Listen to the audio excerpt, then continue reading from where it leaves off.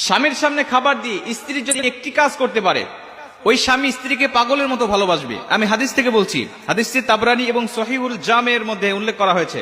আল্লাহ রাসূল সাল্লাল্লাহু আলাইহি ওয়াসাল্লাম বলেছেন যে কোনো স্ত্রী যদি স্বামীর সামনে খাবার দেয় এবং খাবার দেওয়ার সময় বা খাবার খাওয়ার সময়, স্বামী দিনে হোক অথবা রাত্রি হোক, যখনই খাবার খেতে বসবে ওই সময় স্ত্রী শুধু একটি কাজ করবে, তাহলে দেখবে যে আল্লাহ পাক ওদের মধ্যে এত ভালোবাসা, এত মহাব্বত তৈরি করে দিয়েছে, যার কারণে ওই স্বামী স্ত্রীর দাম্পত্য জীবনকে আল্লাহ পাক সুখময় শান্তিময় করে দিবে।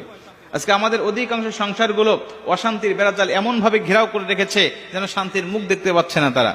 প্রত্যেকটা সংসারের মধ্যে আজকে অশান্তির বেড়াজাল দাউ দাউ করে জ্বলছে। প্রত্যেকটা সংসার আজকে পরকীয়ার সম্পর্ক, এমনকি অবৈধ সম্পর্কের মধ্যে মানুষ জড়িয়ে পড়েছে, যার কারণে সংসারগুলো আজকে আর জান্নাতের বাগান নেই। প্রত্যেকটা সংসার এখন জাহান্নামের গর্ত হয়ে গেছে। মুসলমান মা বোনেরা আমার, খুব মনোযোগ দিয়ে কথাগুলো শুনে নিবেন। আল্লাহ রাসূল কি বলতেছেন সহিহুল জামে এবং তাবরানী